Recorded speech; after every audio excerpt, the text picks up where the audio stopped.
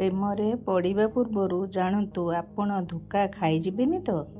ନମସ୍କାର ବନ୍ଧୁଗଣ, ଆମ ଚ୍ୟାନେଲରେ ଆପଣମାନଙ୍କୁ ସ୍ୱାଗତ।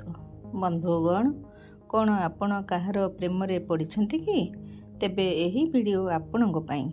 ଆଜି ଆମେ ଆପଣଙ୍କୁ ଏମିତି 3ଟି କଥା ଜଣାଇବୁ, ଯଦି କେହି ବି ଆପଣଙ୍କ ସହିତ ଏହି 3ଟି କାମ କରୁଛନ୍ତି ତ ଆପଣ ତାଙ୍କୁ ଆଖି ବନ୍ଦ କରିକି ଭଲ ପାଇପାରିବେ। ଆଉ ଏହିଭଳି ମଣିଷକୁ ଭଲ ପାଇବେ ନାହିଁ ତ ଆପଣ ଗୋଟେ ଦିନ ପସ୍ତେଇବେ। ଏହି ସବୁ କାମ ସିଏ କରିଥାଏ ଯିଏ ଆପଣଙ୍କୁ ପ୍ରକୃତରେ ଭଲ ପାଉଥାଏ। ତେବେ ଆସନ୍ତୁ ଜାଣିବା ସେହି ସବୁ କାମ କ'ଣ। ତେବେ ଭିଡ଼ିଓ ଆରମ୍ଭ କରିବା ପୂର୍ବରୁ ମୁଁ ଆପଣମାନଙ୍କୁ ଅନୁରୋଧ କରୁଛି କି ଯଦି ଆପଣ ଆମ ଚ୍ୟାନେଲକୁ ଏପର୍ଯ୍ୟନ୍ତ ସବସ୍କ୍ରାଇବ୍ କରିନାହାନ୍ତି ତେବେ ଆମ ଚ୍ୟାନେଲକୁ ସବସ୍କ୍ରାଇବ୍ କରି ପାଖରେ ଆସୁଥିବା ଘଣ୍ଟି ଚିହ୍ନକୁ ଦବାଇ ଦିଅନ୍ତୁ, ଯାହାଦ୍ୱାରା ଆମର ସବୁ ନୂଆ ଭିଡ଼ିଓର ନୋଟିଫିକେସନ୍ ଆପଣଙ୍କ ପାଖରେ ପହଞ୍ଚି ପାରିବ। ଭିଡ଼ିଓ ଶେଷ ହେବା ପର୍ଯ୍ୟନ୍ତ ଦେଖନ୍ତୁ ଏବଂ ଭଲ ଲାଗିଲେ ଗୋଟେ ଲାଇକ୍ କରିବା ସହିତ ସାଙ୍ଗସାଥୀମାନଙ୍କୁ ସେୟାର କରିଦିଅନ୍ତୁ। ବନ୍ଧୁଗଣ, ପ୍ରଥମ କଥା ହେଲା ଅହଙ୍କାର। ଯିଏ ଆପଣଙ୍କ ପାଇଁ ନିଜର ଅହଙ୍କାର ଛାଡ଼ି ଦେଉଛି ତ ଏମିତି ମଣିଷକୁ ଆପଣ ଅଧିକ ପ୍ରେମ କରିବା କଥା। କୌଣସି ମଣିଷ ଆପଣଙ୍କ ପାଇଁ ନିଜର ଅହଙ୍କାର ଛାଡ଼ି ଦେଉଛି ତ ଆପଣ ବିଶ୍ୱାସ କରନ୍ତୁ ସେହି ମଣିଷ ଆପଣଙ୍କୁ କେବେ ବି ଛାଡ଼ିପାରିବ ନାହିଁ। ଆଉ ସେ ଆପଣଙ୍କୁ ପ୍ରକୃତରେ ଭଲ ପାଉଛି।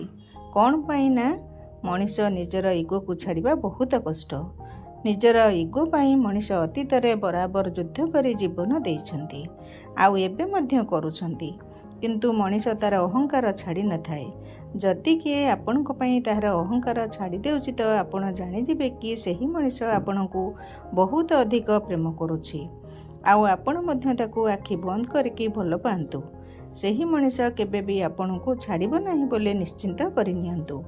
ଆପଣଙ୍କ ମନରେ ପ୍ରଶ୍ନ ଉଠୁଥିବ ଯେ ସାମ୍ନାବାଲା ମଣିଷ ଇଗୋ ଛାଡ଼ୁଛନ୍ତି ବୋଲି ଆମେ କେମିତି ଜାଣିବୁ?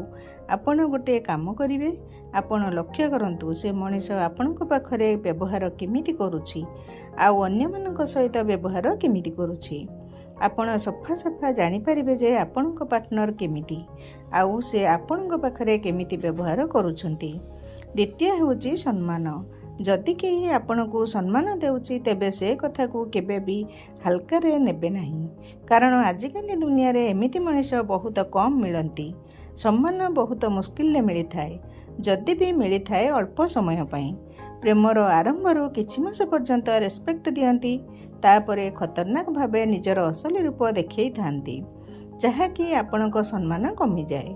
ଆଜିକା ଦୁନିଆରେ ଆପଣଙ୍କ ପାର୍ଟନର ଆରମ୍ଭରୁ ଆଜି ପର୍ଯ୍ୟନ୍ତ ଆପଣଙ୍କୁ ସମ୍ମାନ ଦେଇ ଆସୁଛନ୍ତି ତ ଆପଣ ଜାଣିଯିବେ କି ସେ ଆପଣଙ୍କ ସମ୍ମାନକୁ ବଜାୟ ରଖିଛନ୍ତି। ଜାଣିଯିବେ କି ସେ ଆପଣଙ୍କ ପାଇଁ ବହୁତ ଖାସ୍ ମଣିଷ। ଆପଣ ମଧ୍ୟ ଏମିତି କରିବା କଥା, ଅର୍ଥାତ୍ ଯିଏ ଆପଣଙ୍କୁ ସମ୍ମାନ ଦେଉଛି ତା ବଦଳରେ ଆପଣ ବି ତାକୁ ସମ୍ମାନ ଦେବା ଉଚିତ, କାରଣ ସାମ୍ନାବାଲା ମଣିଷ ଆପଣଙ୍କୁ ବହୁତ ଭଲ ପାଉଛି। ଯଦି ଆପଣଙ୍କ ସହ ଏମିତି ହେଉଛି ତ ଆପଣ ତାକୁ ଆଖି ବନ୍ଦ କରି ବିଶ୍ୱାସ କରିପାରିବେ। ତୃତୀୟ କଥା ହେଲା ଅପେକ୍ଷା।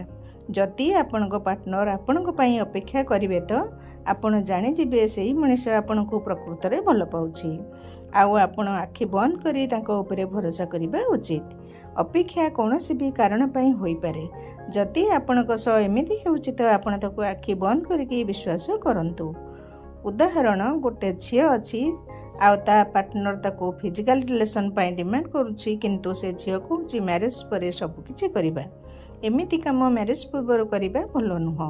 କିଛି ବି କହିଲେ ସେ ମନା କରୁଛି, କିନ୍ତୁ ତାଙ୍କ ପାର୍ଟନର ସେ କଥାକୁ ସମ୍ମାନ ଦେଇ ଅପେକ୍ଷା କରୁଛନ୍ତି, କିନ୍ତୁ ସେ ଝିଅକୁ ଛାଡ଼ି ଯାଉନାହାନ୍ତି କିମ୍ବା ତା ଉପରେ ରାଗୁନାହାନ୍ତି।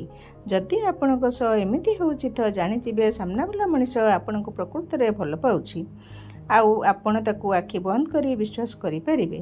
ବନ୍ଧୁଗଣ, ଯଦି ଆମର ଏହି ଭିଡ଼ିଓଟି ଆପଣମାନଙ୍କୁ ଭଲ ଲାଗିଲା ତେବେ ଗୋଟେ ଲାଇକ୍ କରିବା ସହିତ ସାଙ୍ଗସାଥୀମାନଙ୍କୁ ସେୟାର କରିଦିଅନ୍ତୁ।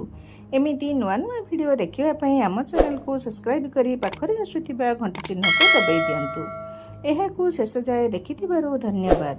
ଆପଣଙ୍କ ଦିନଟି ଶୁଭ ହେଉ। ଜୟ ଜଗନ୍ନାଥ ସ୍ୱାମୀ। ନମସ୍କାର।